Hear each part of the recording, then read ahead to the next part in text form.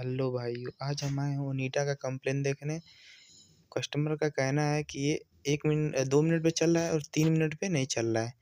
तो हमें इससे पहले ओपन करना है। हम आपको पहले पूरा स्क्रू खोल लेना है, हम खोल लिए हैं, इसे ओपन कर लिए हैं और इसका ये फैन मोटर है, यही डेड कंडीशन में है। ये चल नहीं रहा था, तो हमने इसका मोटर बाहर निकाल लिया। मोटर निकालने के बाद इसे वजर पे करके चेक किया, तो ये रेजिस्टेंस नहीं बता रहा है और आपस में रेजिस्टेंस बता रहा है, तो मतलब ये मोटर डेड कंडीशन में है। तो हमें इस मोटर को रिप्लेसमेंट करना है, तो मैंने नया मोटर लाया, एक्सचेंज कर लिया। आपको भी एक्सचेंज कर लेना है। एक्सचेंज करने के बाद इसको आपको ऑन करना है। ऑन करने के बाद मैंने इसे 3 मिनट पे लगाया। कस्टमर कहना है 3 मिनट में नहीं चला, तो हम 3 मिनट पे लगा के इसको चेक कर रहे हैं। तो ये चेक करने के बाद हमने इसे ओपन किया। ओपन करने के बाद इसका वाटर देखना है कि वो कितना हीट हो रहा है, तो हमने वाटर को ओपन किया। ओपन पहले जैसा हीट हो रहा है, इस तरह प्रॉब्लम आप भी सॉल्व कर सकते हैं ऐसे।